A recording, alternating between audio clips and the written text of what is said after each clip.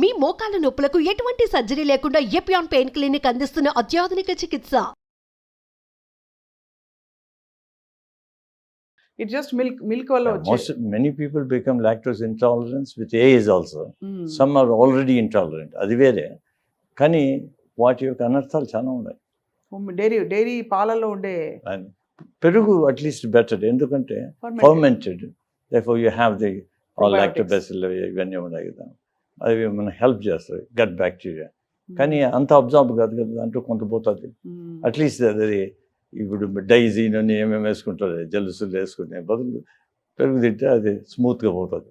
అవును కదా సార్, అది పాత పద్ధతులు కొన్ని. ఇప్పుడు పొద్దున్నే కుండలో మనం చక్కగా అంటే పెరుగు రాత్రే మిగిలిపోయిన అన్నం పెట్టి కొంచెం నీళ్లు పోసి మజ్జిగేసి ఉల్లిపాయ ముక్కేసి తినమని చెప్తున్నారు. హైలీ చాలా బాగుంటుంది, మంచిది హెల్త్ మంచిదే. But that also is carbohydrate, you have to think about it. ఎంత తినాలనేది ఆలోచించాలి. అదే కొద్దిగా తినేస్తే నీళ్ళు ఎక్కువ తాగేసేస్తే దాంట్లో ఫర్మెంటేషన్ ఉంటుంది. దాని బదులు అదే సేమ్ అన్నం బదులు మీరు మిల్లెట్స్ చేస్తే తాగండి.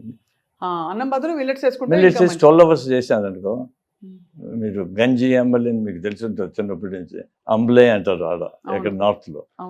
అది తాగండి, బ్రహ్మాండంగా ఉంటుంది. తెల్లవారు తాగుతానే ఇంకేం అవసరం లేదు సాయంత్రం వరకు మీకు. And then you have the మన గుగ్గుళ్ళు అంటాం చూడండి, అంత pulses with all the things germinating, అంటే స్ప్రౌట్స్ బాయిల్ చేసుకుని తినేసేసి సరిపోతుంది. You need only 2 things. ఇలాంటివి ఇలా ఆలోచించడం మొదలు పెట్టాలి యాక్చువల్లీ సార్, అదే మెయిన్. అదే మనం ఆలోచించాలి. మనము ఇప్పుడు మనం లైఫ్ స్టైల్ ఏమి ఉండాలా, ఎట్లుండాలా, ఫిలాసఫీ మనం థింక్ చేయాలి. ఎందుకు బతుకుతున్నామని ఆలోచించాలి, బతుకున్నప్పుడు ఏం చేయాలనేది ఆలోచించాలి. మనం ఆలోచించేదానికి వ్యవధి లేదు.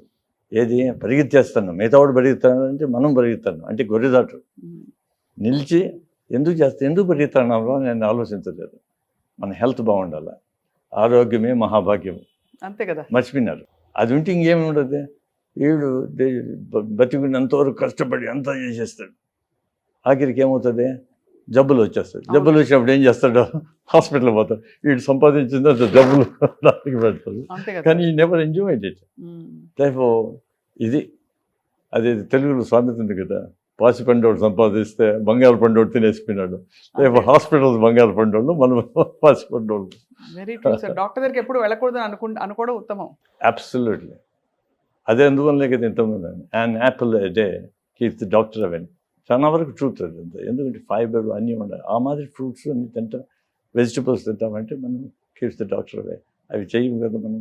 అదే సార్, ఇప్పుడు ఒక కాంట్రవర్షియల్ క్వశ్చన్. ఇప్పుడు వెయిట్ లాస్ టెక్నిక్స్, ప్రొసీజర్స్ ఎన్నెన్నో వచ్చేసాయి, ఇంక్లూడింగ్ మొన్నటి వరకు రైబల్సెస్ వచ్చింది. ఇప్పుడు మౌంజారో ఇంజెక్షన్ ఇస్తున్నారు తగ్గడానికి. అది ఎఫెక్టివ్గా ఉందని చాలామంది చెప్తున్నారు. బట్ ప్యాంక్రియాటైటిస్ వస్తుంది, ఇన్ఫ్లమేషన్ వస్తుంది అంటున్నారు. As a seasoned surgeon and clinician మీరేమంటారు సార్? ఇప్పుడు ఒక 5 ఏళ్ళుగా ఉపయోగిస్తూ వచ్చాను. ఏది మౌంజారో కాదు, ఫస్ట్ ఒజెంపిక్ అండ్ వెగోవి అని 2 ఉన్నాయి. అంటే సెలెక్టివ్గా పేషెంట్స్ ఉపయోగించుకొని సూపర్వైజ్డ్ మెడికేషన్ ఇస్తే బాగానే ఉన్నారు.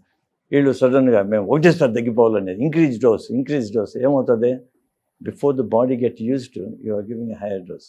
ఒజెంపిక్ ఈజ్ సెమాగ్లూటైడ్, అది GLP-1 అని బ్రెయిన్లో రిసెప్టార్ చేస్తుంది. మేము ఆపరేషన్ చేసినా కూడా అదే వాటిని GLP వాటిని ముందు పనిచేసే వాటికి ఈ హార్మోన్స్ పనిచేస్తున్నాయి.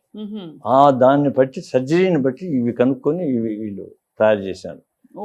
అట్లా వచ్చింది సర్జరీ వలన యాజ్ ఎ స్పిన్ ఆఫ్. ఇప్పుడు స్పేస్ నుంచి పోయే వాళ్ళకు క్రాఫ్ట్స్ వల్ల స్పిన్ ఆఫ్స్ వచ్చినాయి. ఆ విధంగా స్పిన్ ఆఫ్ ఇది. దాన్ని నెక్స్ట్ వచ్చి మౌంజారో, అది 2 రిసెప్టార్స్ మీద, GLP-1 ఒకటి జిప్ అని, ఈ 2 మీద పనిచేస్తుంది. కొంచెం బెటర్ ఇది వెయిట్ లాస్.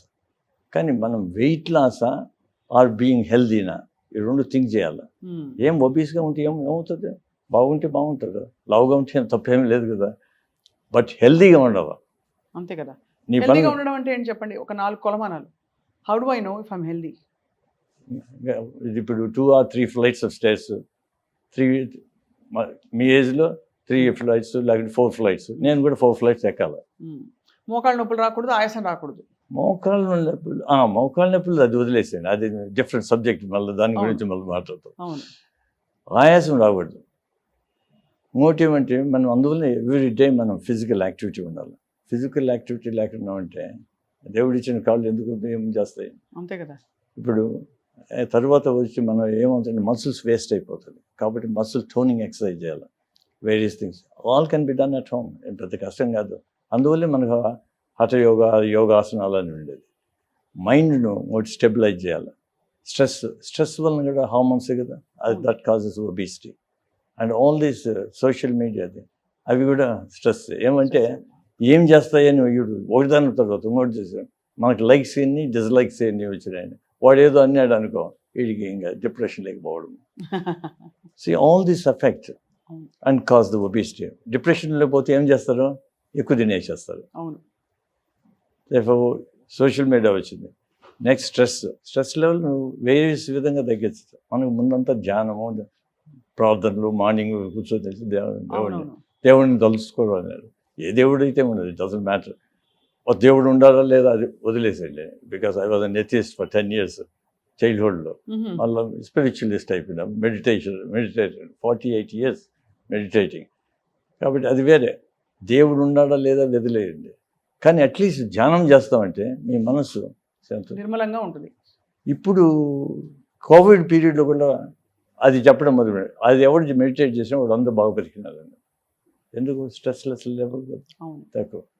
మీట్ తిన్న వాళ్ళంతా చచ్చినారు. ఎందుకంటే inflammation. Covid is inflammation, double వ్యామ్.